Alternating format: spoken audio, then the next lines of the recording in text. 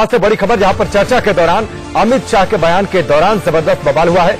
जबरदस्त तरीके से हंगामा।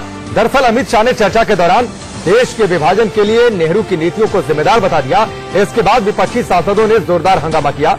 अमित शाह ने जब ये कहा कि कुछ लोग सर्जिकल स्ट्राइक पर सवाल उठा रहे हैं और सर्जिकल स्ट्राइक भारत ने अपनी आत्मरक्षा के लिए किया था, तभी सदन में पाकिस्तान शेम शेम के नारे भी लगे। साथ ही धर्म के आधार पर देश का बंटवारा किया गया, देश का विभाजन हुआ, इसके लिए कांग्रेस जिम्मेदार है। अमित शाह ने दो टूक कहा कि घाटी में लोकतंत्र को बनाए रखना हमारी जिम्मेदारी है और हर हाल में हम इसे बरकरार रखेंगे। ये संधि सिर्फ जम्मू कश्मीर के साथ नहीं हुई, देश की 630 रियासतों के साथ हुई है। 630 रियासतों के साथ हुई है। मेरा यही कहने का मतलब है, 630 रियासतों के साथ संधि हुई, कहीं 370 नहीं बचा है। एक ही जगह नेगोशिएशन श्री जवाहरलाल नेहरू जी ने किया था, वहां 370 है। भाई मैं बोल रहा हूं, देखिए माननीय अध्यक्ष जी, माननीय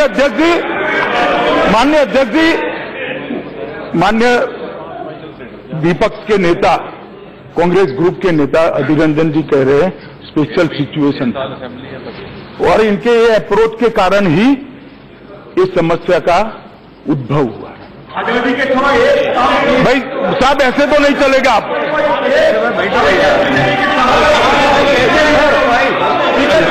अभिनंदन जी आप बोलने ही नहीं देंगे? नहीं, ऐसा कैसे चलेगा? बैठ जाइए, डी के अलावा किसी का रिकॉर्ड नहीं हो। माननीय अध्यक्ष जी, बिल पर ही बोल रहा हूं भाई।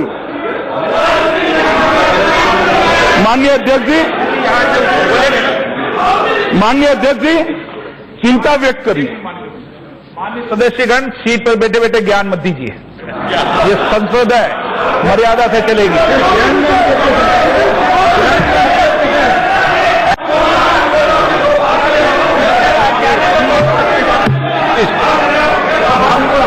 माननीय सदस्यगण प्लीज सिट डाउन।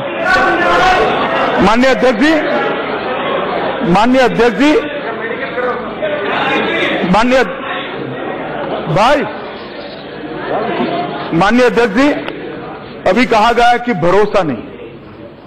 मैं पार्शियली इस बात से सहमत हूं कि जम्मू कश्मीर की अवाम और भारत की अवाम के बीच में खाई पैदा हुई, मगर भरोसा क्यों नहीं बना?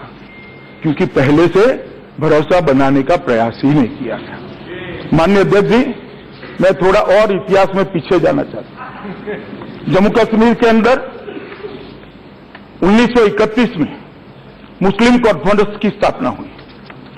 कौन इसके नेता थे? शेख अब्दुल्ला साहब। मुस्लिम कॉन्फ्रेंस की स्थापना हुई। लंबे समय तक कांग्रेस ने अपनी पार्टी भी नहीं बनाई वहां। क्यों नहीं बनाई? क्योंकि मुस्लिम कॉन्फ्रेंस को चलाना चाहिए, समर्थन करना चाहिए। माननीय अध्यक्ष जी, क्या हुआ? Congress party put all eggs in Sheikh Abdullah bucket. सारे अंडे की टोकरी में रखे और अब्दुल्ला साहब टोकरी लेकर ही भाग गए।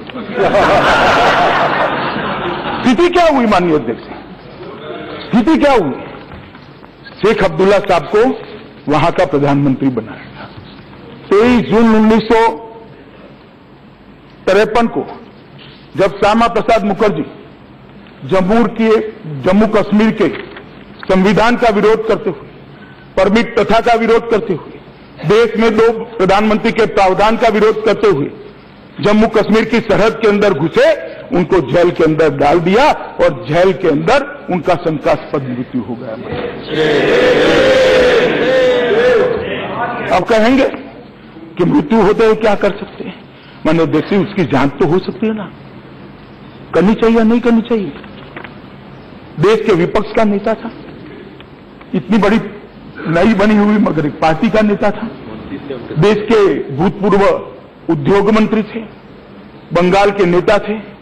आज बंगाल भारत में है तो उसमें श्यामा प्रसाद जी का योगदान है, वरना आज बंगाल भारत में नहीं है। माननीय अध्यक्ष जी, उनकी मृत्यु हुई, जांच नहीं की गई। उसके बाद में देश में हालात ऐसे बने कि 8 अगस्त को शेख अब्दुल्ला को पदच्युत कर उनको जेल में डालना पड़ा। माननीय अध्यक्ष जी, किसने भरोसा किया, क्यों भरोसा किया? और वहीं से विश्वास टूटने की बात शुरू हुई है। मनीष भाई, माननीय सदस्य, आपने कहा कि चुनाव कराने चाहिए। चुनाव नहीं करते हैं तो जम्मू कश्मीर की आवाम के अंदर शंका पैदा होती। ओवैसी साहब अच्छा हो गए, आ गए। ओवैसी जी ने भी कहा चुनाव कराने चाहिए, शंका उत्पन्न होती है। माननीय अध्यक्ष जी, चुनाव कराए गए 57 में, चुनाव कराए गए 62 में, चुनाव कराए गए 67 में। शंका क्यों उत्पन्न होती है? उसका मूल वही है क्योंकि सारे के सारे चुनाव फर्जी करा गए जिसमें जम्मू कश्मीर की जनता को वोट नहीं दी। हमारी सरकार नहीं थी माननीय अध्यक्ष जी, हमारी सरकार नहीं थी। ना 57 में थी, ना 62 में थी, ना 67 में थी। ये तीनों चुनाव डेमोक्रेसी के नाम पर मजाक, और वहीं से जम्मू कश्मीर की जनता के मन में इस शंका का बीज आरोपित हुआ है जो आज बड़ा पेड़ बनकर, दरख्त बनकर खड़ा है। ये हमने नहीं शुरू किया माननीय अध्यक्ष जी। यहां पर बैठे जम्मू कश्मीर के मेंबरान भी बैठे, वो शायद अब्दुल खालिक के नाम को जानते होंगे, जो डिस्ट्रिक्ट मजिस्ट्रेट थे श्रीनगर जिले के, और आधी घाटी श्रीनगर जिले में आती थी, उस वक्त ज्यादा जिले नहीं थे।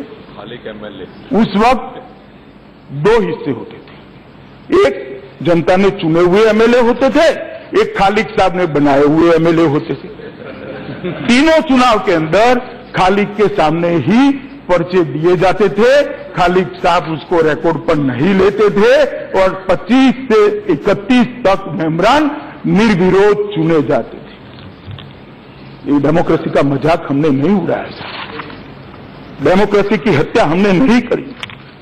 जब खालिक जैसे लोग सरकार के एजेंट बनकर चुनाव कराते हैं तो जनता के मन में दुख होता है, दर्द होता है, पीड़ा होती है, और उसमें से शंका उत्पन्न होती है। चुनाव तो 77 में मोरारजी भाई ने कराया, चुनाव तो अटल बिहारी वाजपेयी जी ने कराया, जिसमें सबको वोट देने का चुनाव हमारे शासन में हुआ।